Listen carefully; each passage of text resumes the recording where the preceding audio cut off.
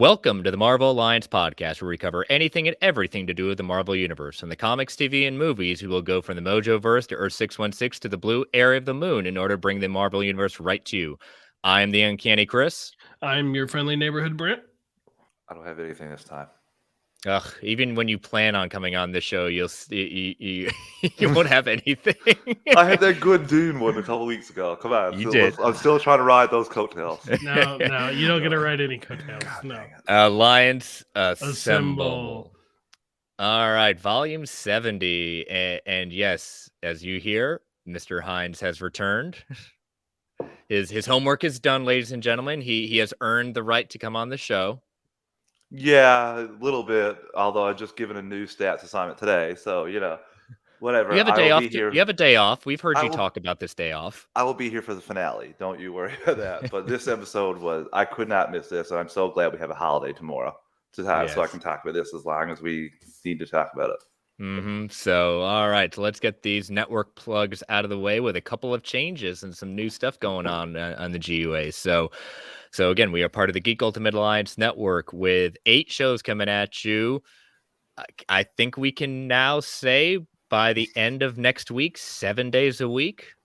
I think if we do my math, so someone's going to have to check me on this as I go through this. So on Mondays, we got my show, World's Finest True Believers. This week, dropped a new episode with Brent's colleague over at Squadcast Media, Jordan from DC Comics Squadcast. We talked about a book that he and I have been going back and forth for a while now, Tokyo Ghost, done by the Rick Remender and art by Sean Murphy. So again, make sure you check that out. We appreciate that. And I alternate that show bi-weekly on Mondays with Ranger Alliance. So there'll be a new episode next week from Ranger Alliance and the boys over there. On Tuesdays, we got DC Alliance. On Wednesdays, we have superhero discussions. On Thursdays, we have Star Wars Alliance going weekly officially this week. They just did. If you're tune in right now. Last night, if you are listening to this because we're not live tonight. Listen to this on Wednesday night. From here on out, they will be going live Wednesday night on the Geekverse channel weekly. So you will see those episodes drop on Thursdays. And for one more week, they will alternate with a walk through the multiverse bi-weekly on Thursdays, but effective next Saturday, a walk through the multiverse will be dropping bi-weekly on Saturdays. So that'll be a change coming to next Saturday at that point. And then we've got this show, Marvel Alliance, dropping on Fridays, the audio, and then Slice of Film alternates bi-weekly on Sundays. So we've got some changes, some movements at that point. DC Alliance, Marvel Alliance, Star Wars Alliance all have their separate podcast feed outside of the network feed. So make sure you check those out. DC Alliance goes live on Monday nights on the Geekverse YouTube channel. Marvel Alliance, as I said before, Star Wars Alliance Wednesday nights, and this show typically on Thursday nights live on the Geekverse YouTube channel. So make sure you check all those out. And if you want to throw a couple of shekels our way and join us on Patreon, we want to thank our patrons for their support. We can't do this without you. Make sure if you are interested, go over to Patreon, and we have 2 tiers. $1 tier is our tip jar to say, hey, you're doing a good job. And then we've got our $5 tier that gives you ad-free episodes, early access episodes, and Patreon exclusive episodes. We are not able to record this week with The Last Ronin. We are all very, very busy. Hopefully next week we can all get together and drop that recording, because I know we've all read it. We've all read issue number 4. So we finally need to put pen to paper so Travis can stop saying it at that point, and then get to November. He'll start saying it again. Isn't it October? End of October, and it hasn't changed yet. So I'm not, and we're getting so close now. I don't know how close has there ever been one, like a comic release that it was supposed to be the next day and they just said, no, we're pushing it 2 weeks to a month? Can you guys remember anything like that? Sometimes by a couple of weeks, just depending on shipment of stuff. So, but we'll see. So be on the lookout for that, patrons. So again, thank you for that. And if you can't join us on Patreon, we totally understand. But if you got 30 to 90 seconds, rate and review the Marvel Alliance podcast feed or the Geek Ultimate Alliance feed on Apple Podcasts or whatever podcatcher choice may be. We greatly appreciate it. And we want to, as always, plug our sponsor, organicpricebooks.com. So again, organicpricebooks.com for all your omnibus and collected edition needs. Make sure to check them out. They've got a whole bunch of new Marvel omnis that they drop waiting for the pre-orders at that point. So make sure you check them out. And at checkout, make sure you use the code MarvelGUA for $2 off every single order. We want to thank organicpricebooks.com and the entire crew over there for sponsoring this show. And so we are going early in the sense of recording this earlier, but you all will still get it on Fridays. Brent, why are we recording early this week?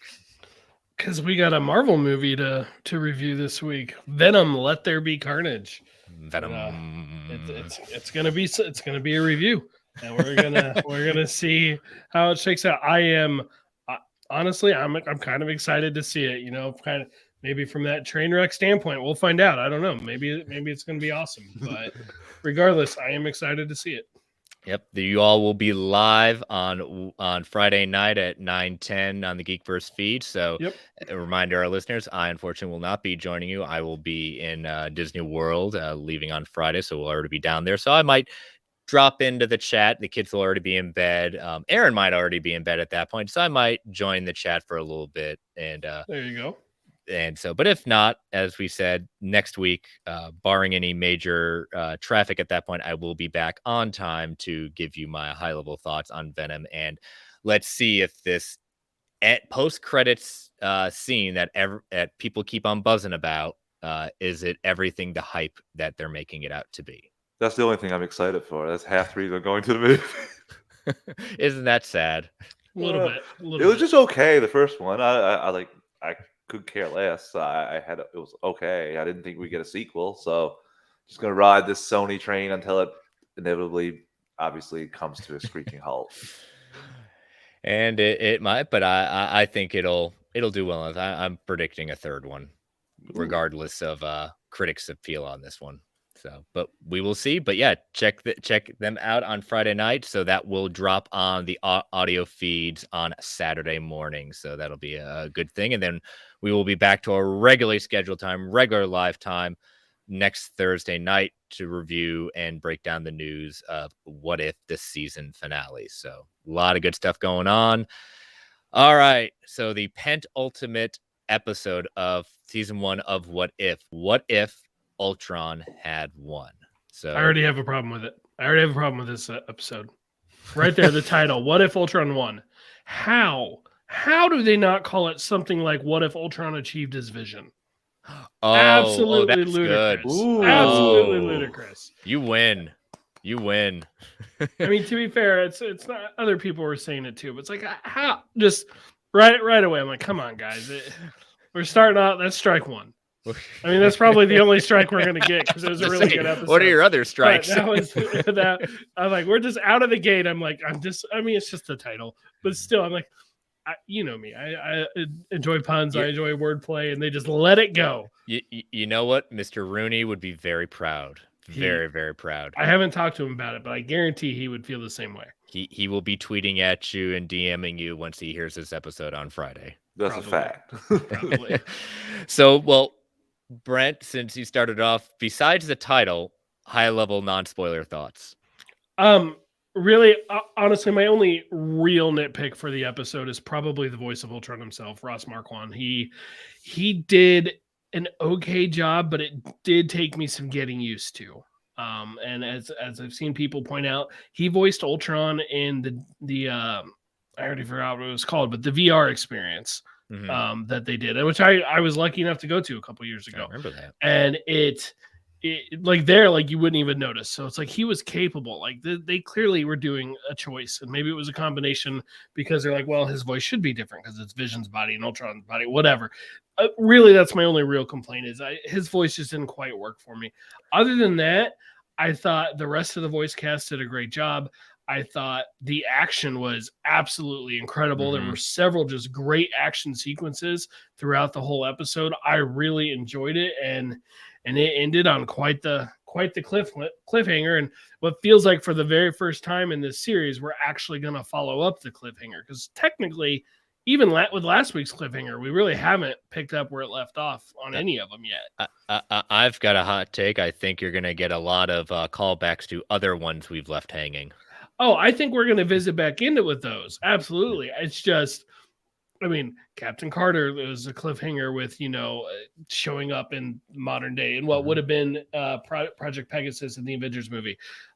T'Challa as Star-Lord. It's like, oh, well, Ego's going to destroy the world. But that's a story for another time. And it's just down the line it goes. It's like all these cliffhangers. And I think we're actually going to, the 8th story is going to have some resolution of the cliffhanger we got this week. Yep. A 1-2 punch. So, Travis, what did you, non-spoiler thoughts? Well, Brent had me thinking too, if they do what Brent is saying, will they pull them out exactly when we left them in the story, or could it go a month down the line, a year down the line, a couple years down the line in the universe? Because we know that universe is alive and like running. So that's an interesting thing. But as far as the episode, just impressed, Chris. Impressed with storytelling, even for the animation. They're doing a Avengers style, like with the storytelling, just like they did with the MCU to build up to the Avengers, telling all these single stories and building them, bringing them into one big story, which will be our 9th episode. And it's marvelous. There's some that I enjoyed more than others, but for the most part, pun intended. Yes, 100%. Oh, that's 2. I've got to start getting. You got one I was already laughing at. I thought it was did it on purpose, but I appreciated it. So I got to say, I really enjoy that, and I think they may go that same route with the Young Avengers, whatever you want to call them, because we're getting hints of that now with the next couple. Maybe they might not get full just them stories. Maybe it'll be them and an Avenger with them to bring them into this universe, but eventually they'll build to the same kind of thing here, and I love it. That, like Brent said about the action, the fights, there's some things here that are fantastic. If Hawkeye ever went out the way that he, in this episode, it's just a shot that I would love to have a poster of on my wall, of when they pause there and you get that beautiful bright light. It's just fantastic. And we got I don't even know what to say about Vision or Ultra Vision, whatever we're calling it. But for Brent's voice thing, I thought it was like a little like James Spader first, but then when he became Vision, I kind of got the sense of it was Vision's voice combined with, because it was Jarvis's tech, but Ultron actually consumed him this time rather than Jarvis came back the time before. So I just thought it was just a combination of those two, but a more dominant Ultron. It didn't take me out, but it took me a little getting used to. Sometimes I thought I could hear James Spader, but besides that, I just overall, it may have been my favorite episode. It is right there with the Doctor Strange episode for me. Yeah, I definitely, I had fun with Party Thor. It just was more down on my list of compared to other episodes. This definitely was a big step forward in the sense of like expectations as I've seen so many different times with these Marvel Disney Plus shows. The penultimate episode, it really shines. Now, does it beat Strange Supreme? No, it does not. That Doctor Strange episode is still my number 1 of the season at that point. But like you all said, the action beats, seeing the Watcher, wrestle with a lot of stuff. This is probably the most kind of interaction we've seen with the Watcher since probably the Doctor Strange episode. In that way, I don't know, with the animation that we got, we're kind of a lot of times up close to the Watcher. I don't know if it just is a little bit odd with his mouth movements and things like that. I don't know if it's as crisp yet. I think they're still working through that. It just doesn't seem as smooth to me, but really enjoyed the action. I really liked how this was probably the least amount of characters we've dealt with in an ensemble at that point since probably the Captain Carter episode. Yeah, I think so. We only have Hawkeye and Black Widow. We Zola. get those other. We get some cameos of heroes dying, but I don't know if you're not counting that into. No, I'm not. No, I'm not. Yeah. Okay. Yeah. 100%. Yeah, we do. Yeah, there's cameos of others, but no, I mean it's really just. The core is Hawkeye, Widow, Vision, or Ultron, whatever we're calling them, and the Watcher himself. Yeah. Who, might I add, can he just shut up for 5 minutes maybe? Like, maybe not talk. Maybe that might have done the trick instead of narrating when the one being was left who's all powerful. It is kind of funny because the way he's narrating is though he's telling a story that's already happened. And then you realize, oh, time is definitely a little funky here because he's telling it like it already happened, but Ultron very much made him aware that, like, oh no, this is all happening right now. Brent, it's like he was reading the book and the words started changing as he was reading them, or reading a book he already knew or already read before, and reading a line that was different, and it completely startled him. And that was just a great scene.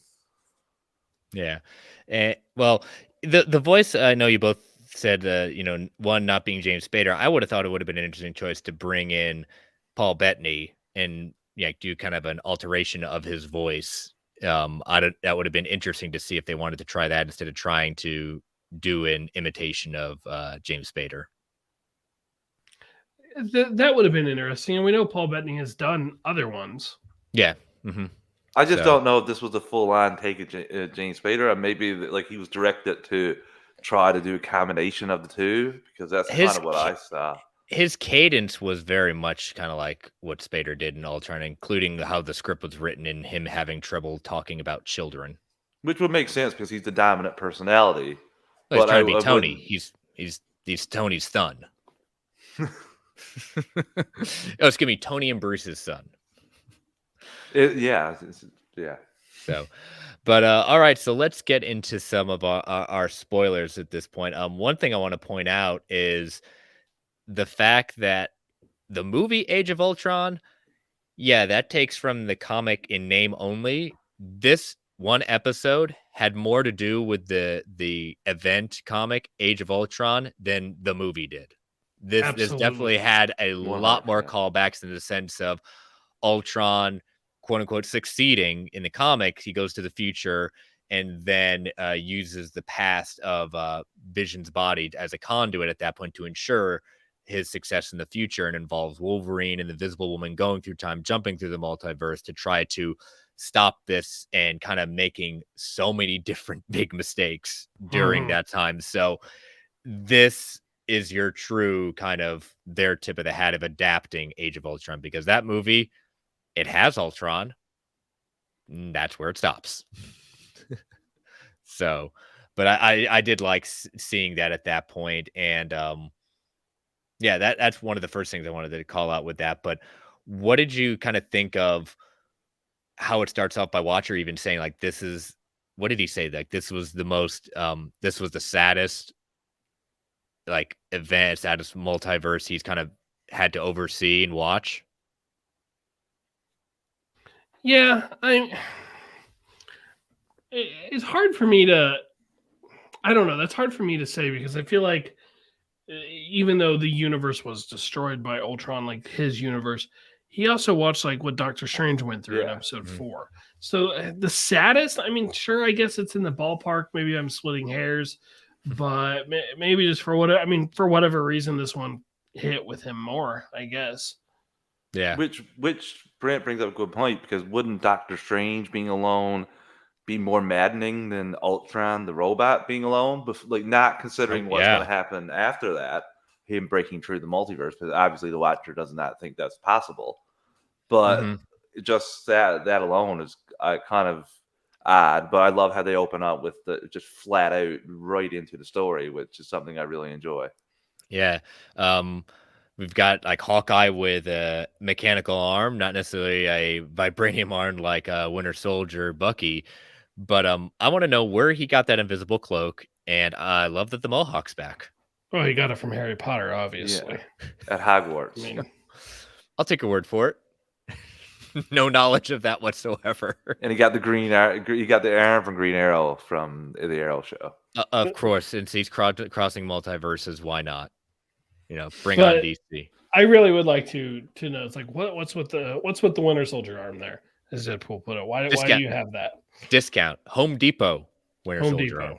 I wish they could have told that, Brent, at the very least. But it was such a cool thing to see him just rocket fire so many arrows right away, and Black Widow flying right on the belly. Because just you don't realize they're the only two left, but they're very capable and great team. And just I thought that the the way Hawkeye fights the Sentries, the Ultron Sentries, is very similar to what he did during the first Avengers movie with the Chitauri. Even the Yeah. same as the Age of Ultron when he's fighting the other Ultron robots. He kind True. of does some of those same using the arrow to kill him without even shooting it. He does that move quite a Yeah, bit. that action sequence with Hawkeye and with Widow on the bike was really entertaining. Just going back and forth, watching her, and you got some of that heightened stuff that you can do in animation that you couldn't do in, a Mhm. live action movie. But they used it really effectively. I thought it's just like that one shot where she uses the motorcycle to take out two of the Ultrons at once. Awesome, absolutely awesome. What did you all think about where they kind of we see where they do this many times throughout the What If series this year, that what went wrong at that point? What did you all think about that sequence? I mean, effectively, it's Age of Ultron up to the point with the cradle and Vision's able to get, or Ultron is able to get Vision's body, is where it went. And of course, we saw Tony Stark die again. Again? Again. It's also his fault. It's another villain inspired by him. And I That do he- appreciate that. But I mean, it's really the same villain. We've seen this villain Yeah. before. It's just it's a Mhm. villain who was successful. I liked it. I was good with it. Same. You gotta say, Brent, same. I don't know. Just something that wouldn't bother me really. I'd say it's pretty jarring seeing Nat and Clint in the Quinjet and just seeing all the nuclear weapons just go up and destroy the world, and they're watching everyone that they've ever known and cared about just obliterated. I No did wonder. enjoy all No, the callbacks. Sorry, Yeah. we got to see that shot kind of from Age of Ultron. Mhm. We got to see the Nexus in Age of Ultron, so I did enjoy those callbacks to that movie. I hate to say it's kind of a sad chuckle that always remembering that Ultron spent 30 seconds on the internet and made the determination. It's like, yep, we don't deserve to exist. We're done. He said, Yep. 30 seconds and he made that determination. I said, bravo, sir. must have went on Grace Randolph's profile. Oh, good Lord. Ooh. And my next chuckle came when Thanos arrives, and he for a frame. We can't call back James Brolin. He is not available to do these lines. Not enough time. So he says, and slices him right in half. A perfect balance, mind you. Perfectly balanced. As all things should be. As all things should be. And the first time I saw it, I was that's well, even though he has every stone except for one, Ultron was just a little bit faster on that trigger. I mean, ultimately, I kind of agree with the people who think there is a missed opportunity here for Agreed. Mhm. Ultron as Vision versus Thanos. And this episode was only 30 minutes, I think, counting credits. So it was like the shortest or maybe second shortest episode. It didn't feel that way when watching it. But it's like, give them 2 or 3 more minutes and we could have had maybe a little throwdown with Thanos. I would have enjoyed seeing that. Yeah. At the same time, I thought it was funny. It's like, I mean, just the way I just thought it was funny. Same camp as Brant. I would have loved to see the fight between them, but who knows? Maybe we'll get Ultravision fighting a zombified version of Thanos with all the gems, because that could be a possibility. So I won't rule out seeing the two of them throw down, but I would have loved to see it. But like both of you guys, I did let out a big chuckle when I realized what actually happened, because there was half a second where I thought maybe Thanos used the Reality Stone kind of to just fool Vision, because he did have all Could have, five. yeah. But obviously he's not quick enough to think that when he just walked through the portal. True, and it's also, even though it's Ultron, we'll just say this is Vision finally getting revenge for constantly people ripping out, and including himself, ripping out the Mind Stone and killing himself. So we got to at least give him that. He at least got a little bit of revenge on that. But then we get a callback of, he's succeeded on Earth, but there's chaos going around all around him still. So we see him go visit a whole bunch of planets and areas we have seen in the MCU. I mean, starting with Asgard and going down the line of the Sovereign. I did like when we were on the Sovereign, it basically looked like they were paying homage to Volume 2 of Guardians of the Galaxy. That was kind of cool. Yeah, the one that really got my attention was Xandar, because Mhm. I, for just a brief second, thought I was about to see Nova. And I had mixed feelings about it, because it's like, do I really want my first time seeing Nova to be in this little animated show or not? Well, it doesn't matter, because it was Captain Marvel, leading to what I thought was a pretty cool sequence. Agreed, Brent. Yeah. That was awesome. I also loved, was it Sakaar? Is that the Fight World? Yep. Yeah, Yep. because as co-host of DC Alliance, I have to say that shot of the Grand Master looking out looked awful familiar to a shot that I saw of from Man of Steel of a certain woman watching her planet die. It looked identical to that. I Well- laughed so hard because Well, wait a minute. you'll Are get you those- saying Zack no, Snyder you'll get did those. it? No, you'll get those crazy accounts sharing that now. I won't get to see them because they're all blocked, of course. But I did think about that when I first saw it. I was like, "Oh, look, Man of Steel!" For a second, it just reminded me of that, where you're just looking out and seeing explosions, and there's nothing you can do. Well, we all know Zack Snyder did it first, so Of course. Sorry, my eyes just rolled out. God. But yeah, like you said, Brent, Captain Marvel shows up again, putting another kind of quip from her time period, calling him Skynet. Last week we called Thor, I think, White Snake. And she didn't think that it needed a sequel. Well, let's all remember, she never was around Earth when T2 came out. And for those of us that have seen the other sequels of Terminator outside of Terminator 2, yeah, those sequels, we didn't need one after Terminator 2. Terminator 2 is actually better than the first one, in my opinion. So Hey, she did miss out on the better of the two in the franchise, in my opinion. How about the fact that she looked like for a second there she might have won. She almost had him. It was close. But nope. Gotta go for the gems. Gotta go for the gems. She's a strong enough being that she can hold them. I was singing that out, and what Brent's comment about Nova, I actually thought the same thing. I was like, "Am I going to see Nova? Am I going to see Nova right now? Oh my god!" That And would no, have it been a was not. very different thing for them to do in introducing an entirely new character who we're all assuming they have plans for, but putting him Well, in a they've show. said Yeah. Feige said Nova is a character with immediate potential. Mhm. I'm like, you're planning something with him, but he also said that a couple years ago. At this point, well, come on, let's get the ball rolling here. I think Come when on. Guardians comes to an end with their space adventures, maybe that'll be time for Nova to pick up with his. I hope so. One day we'll get there soon, but let's take our first ad break before we continue diving into this. As you know, listeners, these ads help keep the lights on at the Geek Ultimate Alliance Network. We don't get to choose what ads come on. They can be a bit loud, so I'll give you a 3 count to turn that volume down. 3, 2, 1. We'll be right back. All right, so where do y'all want to head next? So he has wiped out basically the universe. Everything is peaceful, and kind of like Thanos, he's at peace but bored. That's when we get some things happening.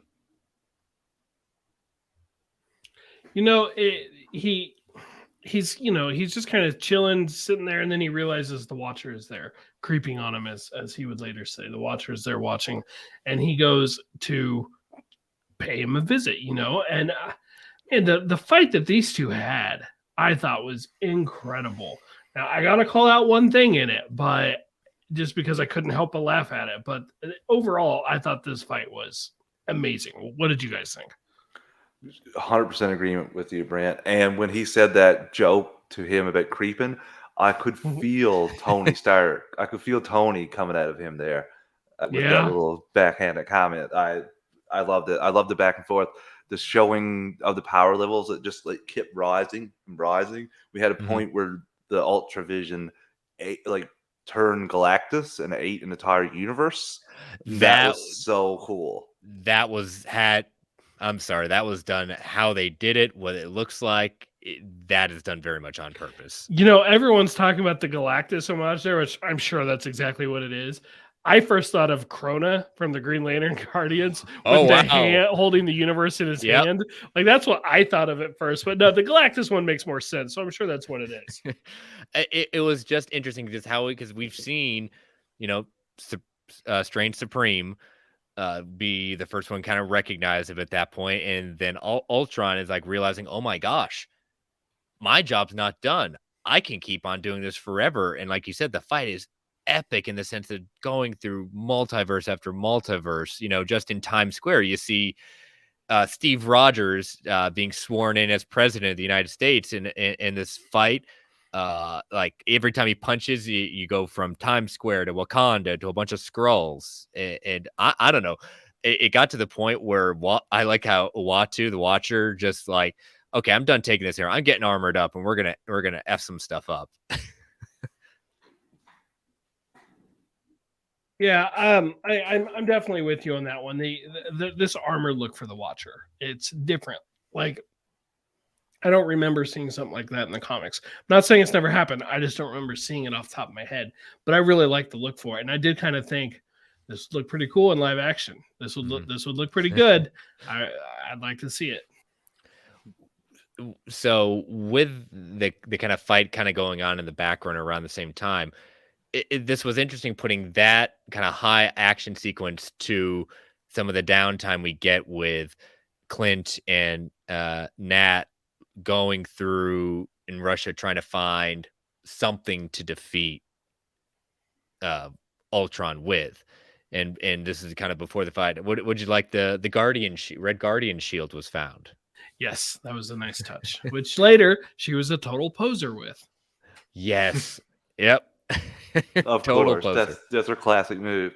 I also love that, like I said with the Age of Ultron shots, the Civil War shots. Like they start walking, we know immediately where they are. Yep. And the same thing when the Vision bots come after them. You don't.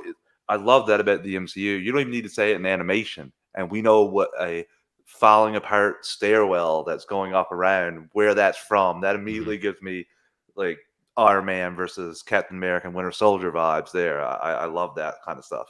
Oh yeah, especially even before this happens, before Ultron and the Watcher fight, the Watcher really worried. Like, they're so close. They've got the file. It's right there. I can't interfere. Like it's just like scream at them and go further in the box. Go further in the box. I really thought this might be when he finally does it. He finally interferes, but nope. He held strong to that vow for at least a little bit longer. Mm-hmm. And who are they trying to find?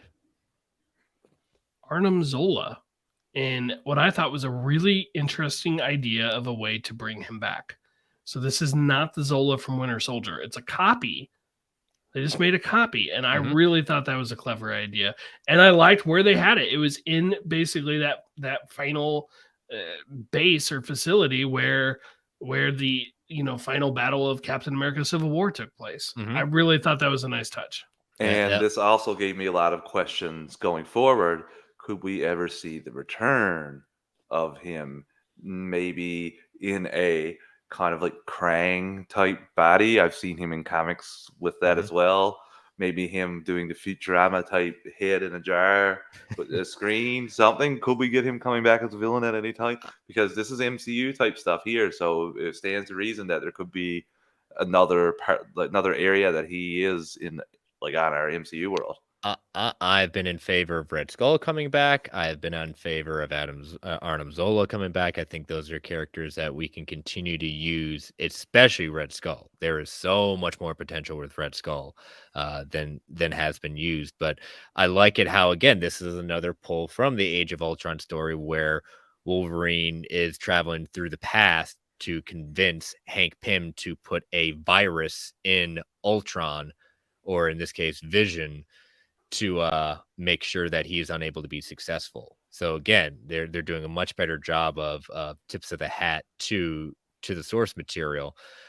But Widow's full a lot of jokes in this episode. She says she doesn't like the puns, but she's very jokey in this whole show. And all I could think is she's often joked with Clint. Like, that's not new. No, it's not, but it's just like it struck me as, I don't know, it struck me as just more front and center, maybe just because it's a shorter episode instead of like a 90-minute movie. It was just weird that she mentioned I don't do puns or whatever. I'm like, yeah, you would totally say that. Here, let me lend you a hand. Of course you would say that. Well, Clint's lost his entire family, and this happens Mhm. before the events of Black Widow, and before she probably watched any of the Fast and Furious movies talking about family. So she may not even care about anybody she's lost compared to Hawkeye. Mhm. So her being the cheery one kind of makes sense to me. What did I liked Armzola saying this is not the first genocidal maniac he's had to deal with, referring to Red Skull. Yeah, nice touch there. Nice touch. He'll do or say anything just to stay alive, and he's Mhm. just so consistent throughout every time we've ever seen him. Oh yeah, and again, they don't trust him for it. As soon as he gets into you fire the arrow into the sentry, and they immediately cut off his legs. Like, why are you doing that? It's like, you don't need legs to do what you need to do. Kind of a callback too to the first Avengers with the arrow that he shot. He Mhm. kind of used the USB one when he was controlled. So I Yeah. like that. I just like I said, callbacks are everything. So we get a sacrifice has to be made. In this case, it's not for the Soul Stone, but we do lose one of the team. And that team member is not Black Widow this time. It is Hawkeye. No, all those in-game people who wrongly think that it should have been him in in-game, they got their wish. They even got a very similar looking shot as he fell to his death. Mm-hmm. Oh no, I'll disagree with you there because he completely went out like a badass. Where I kind of for Widow, but not nearly as shooting a gigantic exploding arrow and going headfirst into explosion. I mean, his was a better action shot, but I just mean that so many people think that it should have been Clint who died in Avengers Endgame. Oh, They're Mhm. wrong, and the fact that they think that is what proves that they are wrong. Because if you don't care if he dies, then it's worthless. It's meaningless. also Mhm. Jeremy Renner did not sue or would not sue Disney, so that's why he did get thrown off a cliff. Oh, Travis tonight is full of shots being fired. I'm waiting to pull George Costanza and just be like, "That's it for me tonight." Like, leave on the highest of possible notes. So we've got, they are not successful. The plan for Zola to attack the hive mind is not successful because Ultron is fighting the Watcher in throughout the multiverse, so it doesn't work at that point. Hawkeye is dead. The Watcher is Watcher's able to escape, and he realizes he's met his match, and it proves, at least to my opinion, they're trying to prove how much of a threat is Ultron at that point. That Thanos is a huge threat, but Ultron could be, and some people I've seen consider saying, at least saying today on Twitter, like Ultron's a bigger threat than Thanos. What do y'all say to that? The potential is there. The potential is there. I mean, you remove the rest of the Infinity Stones, so you Mhm. just have a Mind Stone powered Vision body with Ultron's consciousness versus a Thanos. Yeah, the potential is absolutely there, but it really kind of came down to ultimately who got the drop on who. Vision acted first. Vision Ultron acted first. He's more ruthless than Thanos. I totally agree with that. But had Thanos known what he was looking at immediately, he probably would have done the same thing right away. But Britt, Mhm. I will agree. I will say he probably could be the more terrifying villain to me, simply because Thanos, even with the Soul Stone, he didn't want to do that. He did not want to throw Gamora off the cliff. Like, he actually cried. Like, he didn't want to do that. He is like, that's something that, whereas this Ultra Vision doesn't give a crap. Well, There's he no could emotion. never have gotten the Soul Stone directly Yeah, from there, Vormir. Yeah, he would have to find someone else to do the dirty work for him. So we end the episode with Uatu talking to someone we don't know who at that time, and we see kind of a monster figure from the shadows that turns human, and it's none other than Strange Supreme. And he wants Uatu to admit something. What does he want Uatu to admit? But he needs help. He needs help. And he needs to get his hands dirty at that point and break his as the joke. We'll let our what does the Joker say, Travis, at that point in the Dark Knight? What's he trying to make Batman do? break his one rule. Trying to make him break his one rule at that point, non-interference. That was cool. They didn't have to do kind of the monster of Strange Supreme. But I thought that was kind of a nice touch and say that, okay, he still is this kind of, not one, he's still arrogant, like we all expect Stephen Strange to be, but he is still suffering the consequences of what he did to his universe. He seemed pretty well adjusted. Mhm. Like I was a little surprised at that, but we don't know how much time has passed. But regardless, I was expecting all those times we saw them punching their way through the universes to show up in there. Like I thought that was going to happen. And speaking of punching through the universes, I have to say it. When Ultron was punching the Watcher, and they weren't physically moving, but the world around them was changing as they were basically flying through different dimensions. Superboy Prime punch, punching the walls of reality. Yep. Again, that's what I thought of. Not shocked that you thought that. Oh, yes, the infamous punch that could change everything, bring people back from the dead, change whole realities. You know what? I don't know, Marvel. Why we got to steal stuff from DC? Why we got to steal stuff from Zack Snyder? I mean, watch out. It still makes more sense than that. Considering who wrote that is hilarious. It still makes more sense than that Titans ending. It still makes more sense than that Titans ending for the last episode. I'm sorry. Just wait till the finale. Oh my god, that might actually be good. Like what we're doing here. I had no idea. Anyway, I'm excited to see where this goes next. I would still probably classify the Doctor Strange episode as my number one. I think, like, looking back on them all, and I've watched them all a couple times now, like I would classify that as my number one. I don't have a full ranking for the whole season. I don't even know if I have a full ranking for like a top 3, but number one is the Strange one. So I'm excited to see him back again next week. Yeah. So what are some of y'all predictions of what you think we're going to see and what you want to see happen? The one other thing I want to say is I love the karma of the Watcher back in Doctor Strange episode. Strange was begging him to help him, like pleading to interfere. And he's like, I do not interfere. And he immediately, when he's beaten, goes to Strange and asks for help. So I just find it funny that he wouldn't help him. Then he has to go with his legs, like tail between his legs, and beg for help. And Strange does not make it easy for him. It's classic Doctor Strange. Mm-hmm.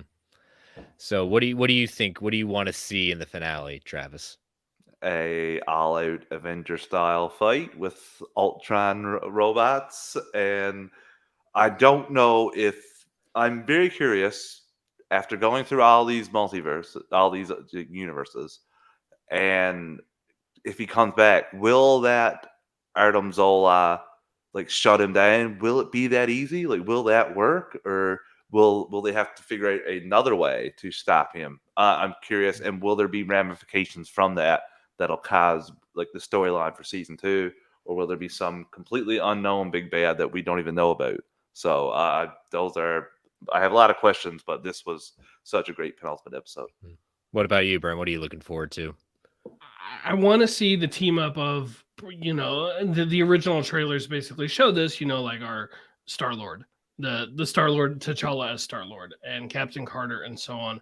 It's just, where is it going to go from there? I don't know. And Travis and the guys were talking on Geekverse about whether or not is next season going to just follow up with this group of characters bouncing around the multiverse. They didn't call it this, but basically describing what the exiles were as they were bouncing around the multiverse, fixing different alternate dimensions, or maybe again a bunch of anthology episodes, and then maybe a spinoff show. We know they're doing more animation. I think it'd be fun to see some of these characters carry on into their own animated projects. But regardless, I guess at the very end, I'm looking for that line that's like the Watcher will return, something like that. Call back to your Fact or Fictions. Do you think one other thing? Do you think we could? I'm really curious if we lose any of the members, because, like I said, these are Elseworld stories. So seeing some of these deaths have been pretty cool. Like the Hawkeye one, I would just wonder, will we get some grand deaths like that in the finale? I could see that. I'd be okay with that. 1 or 2 deaths. There's one character that we've been seeing on the posters and seeing in the trailers we have not seen. Fenora, Gamora as Thanos. So, she's there. So we're going to see some sort of introduction to her character next week. We talked about a couple of things we've seen from the trailer. Ego, basically we've seen we got to follow up with Ego. We're gonna have the Shuri Pepper fighting in Wakanda. We still got to follow up with Party Thor's line of slow down. I'm not sure everyone's following you. I want to see the context of that. My guess is either Watcher or Strange is trying to explain what's going on. And basically, it looks like from what we've seen from that trailer, it looks like Strange is going to be the recruiter for the team. Or maybe they're both recruiting because time is of the essence. So split, divide and conquer sort of thing. But yeah, that all-out fight. And if you've seen the Hyundai commercial with the What If characters, I think that is our preview of what some of this fight's going to be like. Actually didn't. I avoided it. I'll watch it. I'll probably watch that commercial later, but I'm just avoiding everything at this point. I unfortunately got it spoiled while watching I think it was probably Only Murders in the Building, a commercial on Hulu for that. So gotcha. I saw a GIF of just Thor and a Hyundai, and that's all I'm gonna say. Yeah, don't say anything else. Yeah, there we go. So before we kind of toss it, I see, Brent, you found a couple of questions in our responses. Yes, came in as we were recording. Look at that, just under as the we wire. were recording. In fact, I've been talking back and forth. But first question: why does Ultron's Infinity Stones work outside the universe they're from? They're married, according to the MCU, to the universe creation, to that universe's creation and infinity. They shouldn't work beyond there. So this is kind of what I was talking about with you guys before we started recording. And who sent that in? Morning Magnolia. Gotcha. A lot of us assumed when we were watching Loki that the time stones there did not, or that all the Infinity Stones did not work because they were outside their home dimension. Why did we assume that? Because of the comic books. But the MCU has never actually said that. So now all we know is whatever was going on at the TVA, they didn't work there. They didn't work in that place outside all realities. And so, yeah, they were, what is it? They were birthed at the beginning of the universe or whatever Wong says. That's true, but that still doesn't mean they don't work in other universes. Yeah, that's pretty smack there, Brent. We've never been told MCU is not exactly like the comics, and we don't know anything else but TVA. So there could be any sort of reason why the Infinity Stones don't work there. So I love it. I'm glad that they went past that, because we wouldn't have got this Ultra Vision if not. And we have got any more questions or any more follow-ups? Yeah, one other question. Where are the other Watchers? If this is canon to the MCU, which it is, we've seen the Watchers. Where are they all at? Well, okay, so yes, in Guardians of the Galaxy Volume 2, we do see the Watchers in a credit scene with Stan Lee. The problem with this is we're not dealing with all the Watchers. We're dealing with Uatu, who is often separated from the rest of the Watchers. He's kind of like the black sheep of the family when the Watchers are concerned, and has always been the one most likely to interfere. So I'm not at all, even if they're aware of these events, there's no way they would probably step in. Like, I don't see that happening at all. Now, a question for you, because I understand, like, we haven't seen many of them. Seeing a whole group of the Watchers is more of a, we see that more in the 80s version of comics, seeing more of the Watchers kind of together. But modern age Watchers, it's mainly been Uatu that's been kind of front and center. So my question, Brent, you may be able to answer this, and feel free to chime in, Travis, if you got some stuff. Is Uatu considered the most powerful? I know you called him the black sheep, but is he considered the most powerful? Sometimes I've seen stories that have made me think that, and other times I've gotten the impression it's just because that's the one they have focused on the most, because he was the original one in the canon before it was revealed to be that he's from an entire race of beings. So I don't necessarily think he's more powerful than others. He's just the one who is the most likely to, let's say, follow his heart. Gotcha. Okay. All right. Well, one more episode, and then we've got probably at that point be a little over a month and a half at that point till Hawkeye. November 24th, right? Yep. So about a little over a month and a half. And in that time we have the Eternals. So again, Marvel content keeps coming at you. Definitely didn't see a tweet yesterday saying 31 MCU projects in development, and definitely believe in all 31 coming to light unless creatively from Marvel they decide that it's just not right. Well, you know what? At that point, we're also probably, if rumors are to believe, a second trailer for No Way Home. Maybe there are now rumors spinning around about our first teaser of Doctor Strange and the Multiverse of Madness. That's maybe attached to Eternals. Oh, really? I haven't even heard that. I've heard rumblings of it. I think the rumors have started this week at that point of when we'll see the first one. Honestly, I hope it doesn't happen. I hope it I'm does. fine. Kind of like how I didn't want to see the Spider-Man trailer until Loki finished. I Mhm. kind of don't want to see a Doctor Strange trailer until after Spider-Man's out.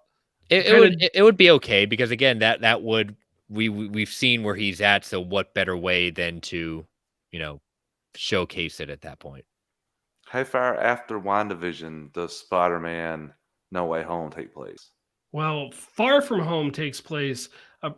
The beginning of Far From Home is approximately 8 months after the events of the blip. WandaVision starts 3 weeks after the blip. We don't know for sure about No Way Home. We just know it's after it. We don't know it's picking up 10 minutes later, or is it picking up 7 months later? We just the trailer doesn't give us any indication. Okay, so I don't think showing us they already show us that if this is the Doctor Strange, our Doctor Strange, he's going to survive the events of the Multiverse of Madness if we're seeing him in No Way Home. So I think Well, seeing a trailer of it No Way might Home not is hurt out. us. No Way Home's before Doctor Strange, though. Okay, so I'm just having in the MCU timeline. When does Doctor Strange and Multiverse Oh, of Madness happen? we don't know yet. We haven't officially been told Yeah, that yet. I just figured it would be close to when WandaVision happened. And we don't know, but worth noting, pre-COVID original release schedules, Doctor Strange was going to come out before Spider-Man No Way Home. Yeah, worth noting that. But we also know that they rewrote a lot of Doctor Strange, and so we don't know. But right now, the only assumption we have, because most of the MCU projects take place in real time unless they tell you, or at least that's how it's been for the first 3 phases, is that Multiverse of Madness will be post No Way Home.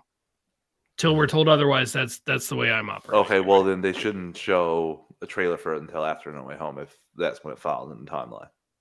Yeah, they got to be very careful with that with their teaser because they don't want to give away hints of what's going to be coming when we haven't even seen the movie proper of No Way Home. So we've got a lot of stuff coming at you. So we will be back next week at our regularly scheduled time of going live Thursday night and dropping on Friday audio. But as we said, this is going to be a what if episode. So all of our normal listener questions, news, fact or fictions, comic book club, we're punting until next week at that point. So stay tuned, listeners, for that. But as always, Mr. Hines, thank you for joining us. I know you're excited about talking about the finale next week with us. Oh, very much so. I'm much more excited about that than talking about Venom on Friday. I will be. I mean, you volunteered. Oh yeah, the end credit scene got me. I'm sorry, I'm hooked to see it just for the end credit scene, and I don't care who knows that.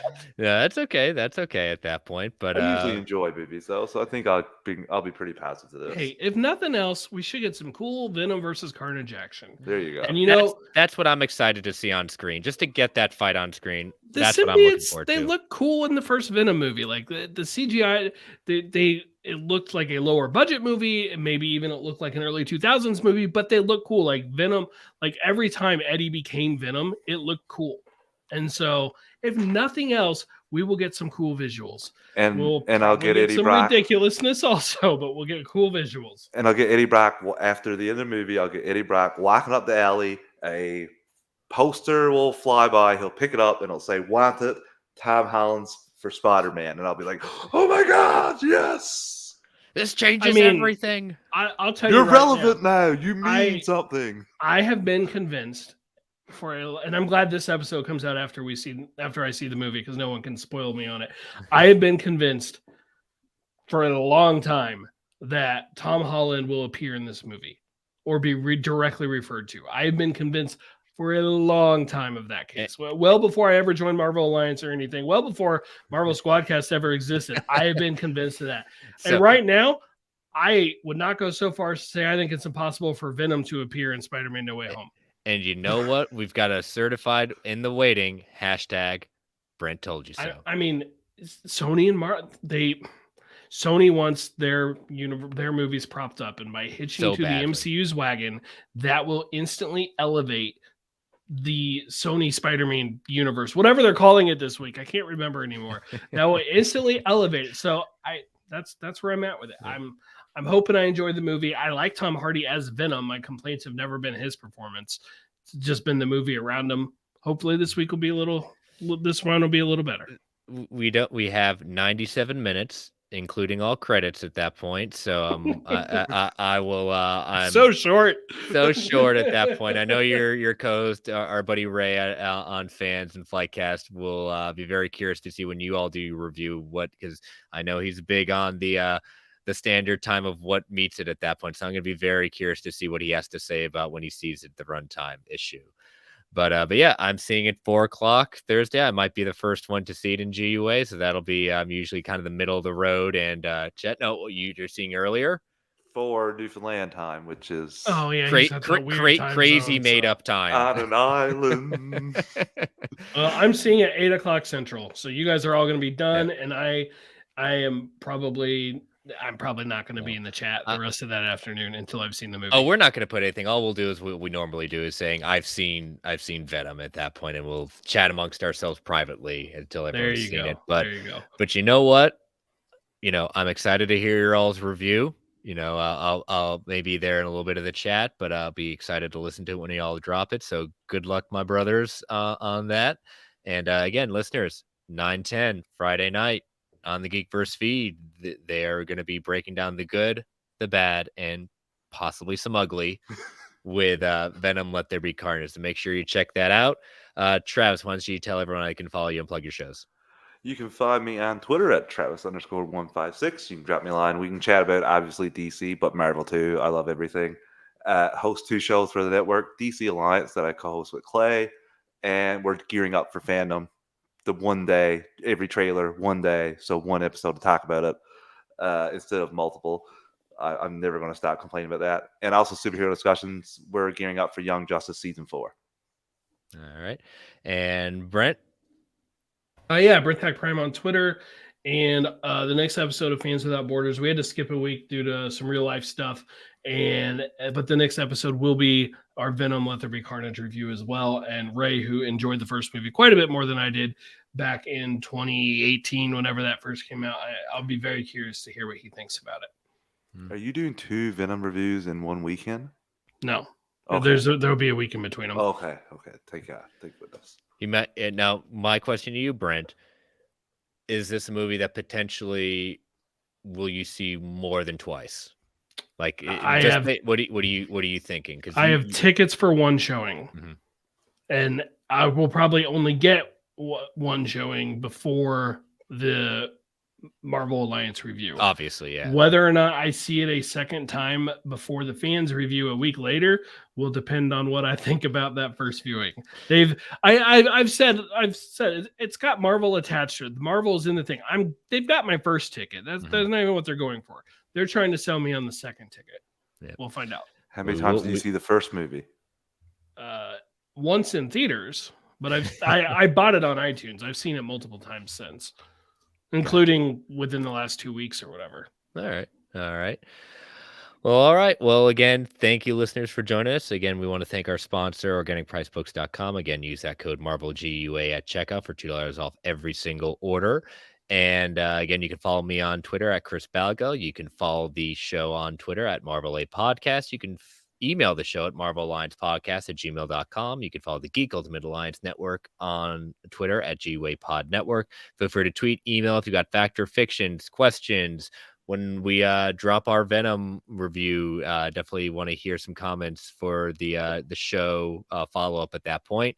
Continue to rate and review the Marvel Alliance podcast feed and the Geek Ultimate Alliance feed on Apple Podcasts, whichever platform of choice may be. Thank you, listeners, for listening this week. We'll be back live, as we've been saying, Friday night, and then next week at our normally scheduled times. So we look forward to having you back in the chat. Thank you all for listening. Stay safe out there, everyone. And as Stan the Man would say, Excelsior, true believers. Well, as a post-credits, we try to stay away from the news, but this one was a good one to kind of sneak in a little bit of news as the post item. It kind of blew up Twitter and all the social medias at this point when the story dropped. But we're gonna Brent, I, and Travis are going to kind of illuminate and separate the clickbaitiness of the story, even the title of from the Hollywood Reporter. Marvel suing to keep rights to Avengers characters from copyright termination. So word came at the end of last week that at first the big name of the heirs of Steve Ditko had filed a copyright termination from Marvel for the characters that were tied to Steve Ditko. Now, he was not the first one to do this. They had gone a number of Marvel notables, including Larry Lieber, and was another one who did this, and a few others that represented a number of characters they created. Now, Marvel countersues in order to basically saying that they have no right, they have no standing to sue because they're claiming that these characters were created. Some of the characters that are in this suit are Iron Man, Spider-Man, Doctor Strange, Ant-Man, Hawkeye, Black Widow, Falcon, Thor, and others. But again, this is not saying all Steve Ditko. This is a few other creators are ending the copyright termination. This is falling under code for the federal government in regards to saying that a creator of content like this has a right to kind of end after 35 years, renegotiate their the exclusivity that they created these with certain companies, in this case Marvel. One thing we're going to say up front: do not believe anything you're reading that's saying if they lose this suit, Marvel loses all these characters and we'll never see them again. That is incorrect. If Marvel Disney loses this suit, they do not lose it. They lose full ownership of the characters. They will have to share much more of the profits from this at that point. So again, they are not losing these characters. When this kind of story broke, guys, what did you all think of this? Honestly, I thought, oh, so it's like the Superboy one from a few years ago, where you now have those special, like the things on like, what is it, like with special arrangement from the Siegel family or something like that, Superman presented by or whatever. Like you have this extra credit within comics or extra credit within movies or TV shows. And you know that a check got written basically, right? Probably a bunch of recurring checks are getting written as royalties, presumably larger royalties. I honestly think that's what's going to happen here. Legally, I mean, I think this all qualifies as work for hire. So legally, Disney is probably in the right to keep full, complete ownership of everything. Morally is a different story. Ultimately, I think we're talking about characters worth billions. Spider-Man alone is a character worth billions of dollars, let alone all the others. Disney's going to ultimately write a check and the whole thing's going to go away. But the absolute worst case scenario is sharing ownership where, at least in the US, both parties, like the Steve Ditko estate and Marvel, could do something with Spider-Man or Doctor Strange. And so theoretically, the Ditko estate could do their own Spider-Man project, totally separate from everything else Marvel, while Marvel continues to have their Spider-Man. In the US, now it's a little shaky because like every other country is different. Correct. International law is very different. So that's a whole other issue. Conceivably, Marvel could have a Spider-Man show that they can't show in another country due to the rules over in whatever country we're talking about. So it's definitely weird. It's not great. I mean, it's obviously easiest for Disney if this whole thing truly just went away, but those families should not be screwed over either. And well, no, nobody knew what Spider-Man was going to become. One of the most popular, most iconic fictional characters of all time across any medium. Nobody knew that was going to happen. You know what? Let's compensate those families who helped create them a little bit more. Let's give I think that a very fair criticism is that Marvel has been, you know, by extension, Disney has been a little too stingy on the royalty payments for the creation of these characters. When, I mean, who was it? Is it, Jim Starlin, who created Thanos, said he got more money for KG Beast and Batman v Superman than he did for Correct. Thanos in Infinity War. Yep. I mean, let's be real. That's ridiculous. That shouldn't happen. KG Beast is a nothing character compared to Thanos. He had a nothing part compared to Thanos. And I don't even remember if they named him. Yeah. Like, and ridiculous. you and I talked about the Guardian story where they broke down how bad even current like more modern creators have basically gotten like maybe a ticket and maybe $5,000 as a screw off. That's at just that not point. enough. Yeah. It's not enough. Yeah, it's not. What do you say about this, Travis? Honestly, first thought was, I guess Disney's not giving them enough no negotiations. They came to him with a threat of doing this, and clearly they're not, because there's two courts, and the court of public opinion is clearly where the Ditko family are assuming that Disney will take a hit. This is not a PR darling at all. And like Brent said, the Siegel people settled at a court. This didn't make it to court, and I just assumed that's the way this is going to go. But all this, I guess, noise, this white noise, I'll call it, is better for the Ditko family to get more money, because like there's a swell right now. Now that may die down, and they may lose, because that's the only bargaining power they have. I'm gonna be honest with you, I don't think they would win, and if they went like through every bit of the legal process. Yeah, there's a lot to be said because Marvel, we kind of talked about this online. The key kind of lawyers on both sides have fought this battle before. That Yeah. Marvel's using the people that have won Warner Brothers case against the kind of Siegel family at that point, and Jack Kirby. They're kind of leaning on the idea of what Marvel did, is called the Marvel method, basically where one person cannot claim full ownership of creation of a character because everyone has a part to play in the process of creating a character. And disputes like this has been a subject of prior litigation, a decade back with Ghost Rider. So they're using that. But again, going back to the main copyright law, it allows people after 35 years to say, hey, I want to renegotiate because the characters become more popular. And obviously these characters have become much more popular originally. Or, hey, you're not using this character. I want to take full ownership of it at that point, and share more in the sense of I get to do more with it. Jack Kirby estate had sued for the copyright on Spider-Man, X-Men, and the Incredible Hulk and Thor. And in August of 2013, the Second Circuit Court of Appeals affirmed the lower courts that determined Kirby's heirs couldn't do it, because the former Marvel freelancer, this was work for hire. And so that's what they're going to lean up against at that point, this idea of work for hire. And I agree with y'all at this point. Morally, Disney and Marvel can pay more. They can do much more at that point. Legally, if they win, they don't have to do anything. And they'll take the hits in the press at that point, but will we all still see the movies?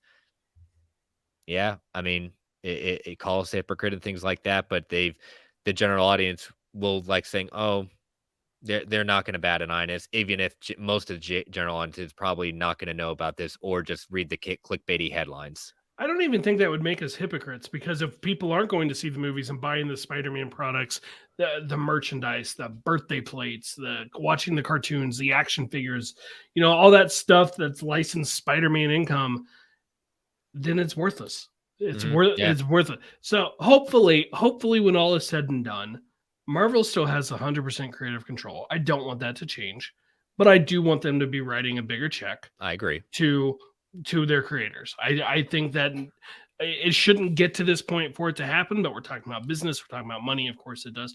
Same reason why I think I still ultimately hope Scarlett Johansson gets a payday out of her lawsuit. It shouldn't have come to this. I hope it does. And then, they can all move on. And that, realistically, that's probably what's going to happen. And that's unfortunate when you get to older creators that were kind of quote unquote victims of this kind of older era at that point. Watch the documentary on Hulu, Batman and Bill. One of the big truest creators of Batman, and what happened to him because there was nothing for him. Bob Kane took a lot of and did some shady dealings with that. Stan Lee is another one. His kind of fallout with Jack Kirby and things along that nature. That's the whole stuff at that point. But it's just, again, making sure, yeah, they have these rights, they have the creators, but it's just like, there's the Heroes Initiative is an organization that's doing to support and give. These guys don't have insurance. These guys that are still back then. I mean, it's just sad and tragic, and it's morally wrong. Let's reward the people that have created to help these people out. And I hope better. I want a settlement. I want them to be paid more. They Chris, deserve it. Chris, an idea. I watch a lot of sports, and the 4 major sports leagues have funds now for their for the players that came before all this, like millions of dollars salaries, and there's funds there to pay for all their health care, pay for any expense. They just have to fill out a form, send it in, and they get approval. It's with the Players Association, like with the union as well. And here it would be so much good press you would build up if you're Disney. Not only the fact that it's the right thing to do, you could build a little fun and take it out and give it to these creators as you do these stories, if you're taking any part of it from them, and it just would go over a lot better. It's not going to take that much from your bottom line. So it's just I know they don't want to open up a can of worms because one person asks for it, then everyone. That's what everyone always says. But if you're rightly like Brent's thing about Jim Starlin, that should never happen. I'm sorry, Thanos was and is the best villain I think that we've seen in the MCU, just for the build up, the hype to build him up, and he lived up to the hype. I think you should have definitely I'm shocked that he got more for KG Beast. Yeah, well, yeah, and I don't even think it matters if he's the best villain or not. He's arguably their most important villain. Mm-hmm. Oh no, there's no argue. He's definitely was to this point. Yeah, so we'll keep an eye on this. If any updates come, you know where to follow up for those updates. Check out Marvel Alliance. At that point, we'll see what happens. But we hope Marvel and Disney do the right thing. So, see you in a couple of days, ladies and gents. Stay safe out there, everyone. Bye-bye.